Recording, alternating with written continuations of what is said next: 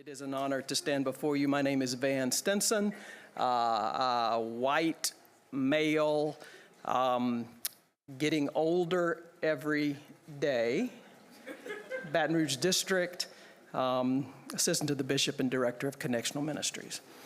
And I bring to you the report from the strategic organizational process that we have begun as an annual conference. I would remind us that shortly after Bishop Williamston's arrival in January of last year, we all began encountering what we have come to know as curious questions.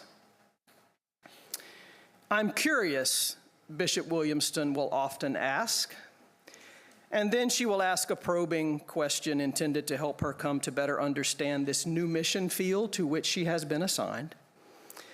And a series of curious questions about structure and process led us to where we are today. The first 6 months of Bishop Williamston's tenure were consumed with disaffiliation-related matters.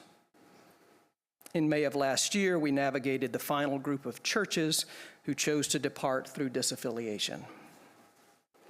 And we gathered in this very space 1 year ago, smaller in number, but with greater clarity and purpose around the power of hope to shape our identity in Christ, to restore our Wesleyan purpose, and to strengthen our shared commitment to #BUMC. And we discovered that sometimes hope speaks more clearly while wearing dog tags and combat boots. In early fall of 2023, Bishop Williamston called for a strategic organizational review of the Louisiana Conference.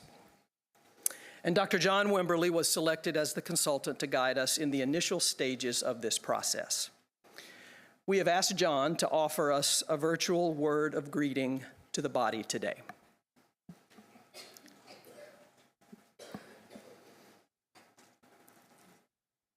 Hello.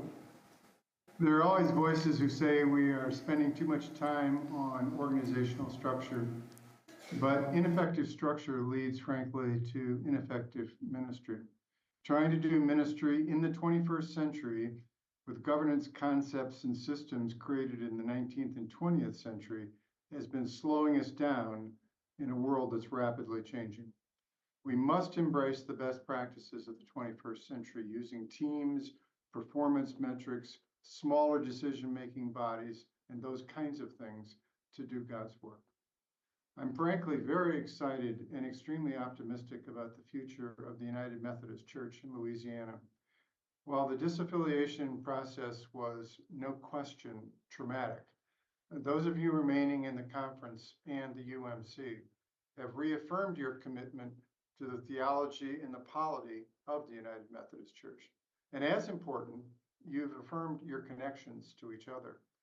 I love the strong personal bonds you have with each other, which were just so apparent in the focus groups that I held. Finally, your conference has the kind of racial, ethnic, gender, spiritual diversity that's highly attractive to the younger two generations. And if we don't get those two generations, we're in big trouble. So you've got a big positive there. Add the vision and the energy of the arrival of Bishop Williamston, and I believe the Louisiana Conference is so well positioned to thrive in the days and the years ahead. Vaya con Dios. In October of last year, conference staff and conference leaders were interviewed individually. 11 conference-wide focus groups engaging approximately 110 clergy and laity throughout the conference were held virtually, and additional interviews and conversations occurred to provide John with the essential information to begin his initial analysis. Follow-up conversations were scheduled for further clarity and purpose. In December of last year, John submitted his initial draft report to Bishop Williamston containing the context, methodology, and focus group results, and an extensive list of recommendations covering all aspects of the focus group insights and findings. In order to gain additional focused feedback and clarity on some best next steps and the larger process of strategic reorganization, Bishop Williamston convened a group that has come to be known as the Strategic Implementation Team to review the report, provide some initial feedback, and help guide the work moving forward. I'm going to ask those members to be prepared in a few moments to come to the stage, and Bishop Williamston will want to have a prayer over you and over this process, so be prepared for that. The strategic team met virtually with John Wimberly and then met in person with the extended cabinet, and out of those meetings it was determined that a summary report would be helpful to the next stage of the process, as it would provide a set of focused recommendations that were most reflective of the clear priorities that emerged through the process. The summary report was included in the pre-conference report. It can be found on page 28. And the additional context methodology, focus group results, and larger recommendations for possible consideration was included in the supplemental report and can be found on page 15. I trust everyone has taken the opportunity to read and review the information contained in both. Now, this information was not intended to be the answer to the question, what should we do?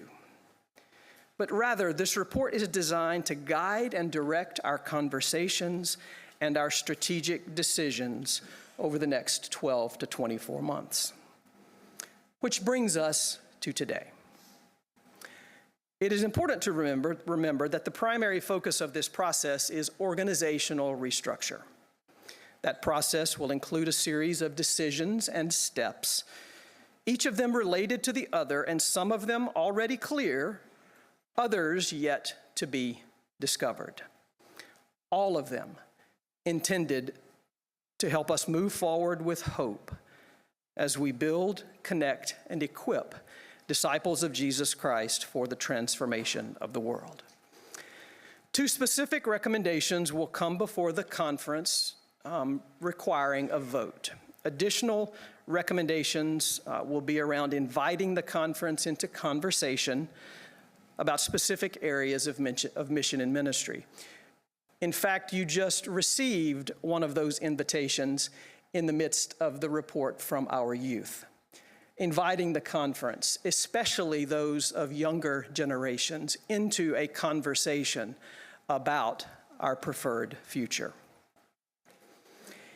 In a few moments, Dr. Tom Dolph will present a report regarding district realignment. This report and its recommendations will build upon the work of the District Study Task Force formed back in 2020 and 2021, whose work was suspended prior to implementation due to the pandemic and then the long, dark night of disaffiliation.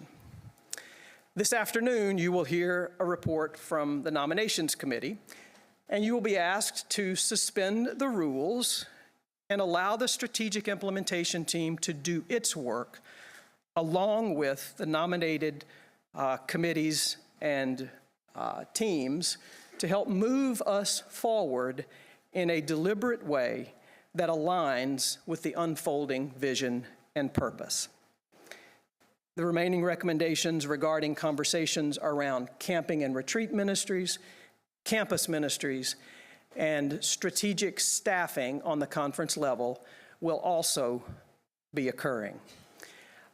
I would add at this point that the Louisiana Conference has contracted and intends to work with the General Counsel on Finance and Administration to do a complete HR review and staffing study to work with the Strategic Implementation Team over the next year as we live into our new reality, as we adjust our structure, as we align our budgets, and as we focus primarily on mission and ministry that aligns with the purpose and vision to build, connect, and equip.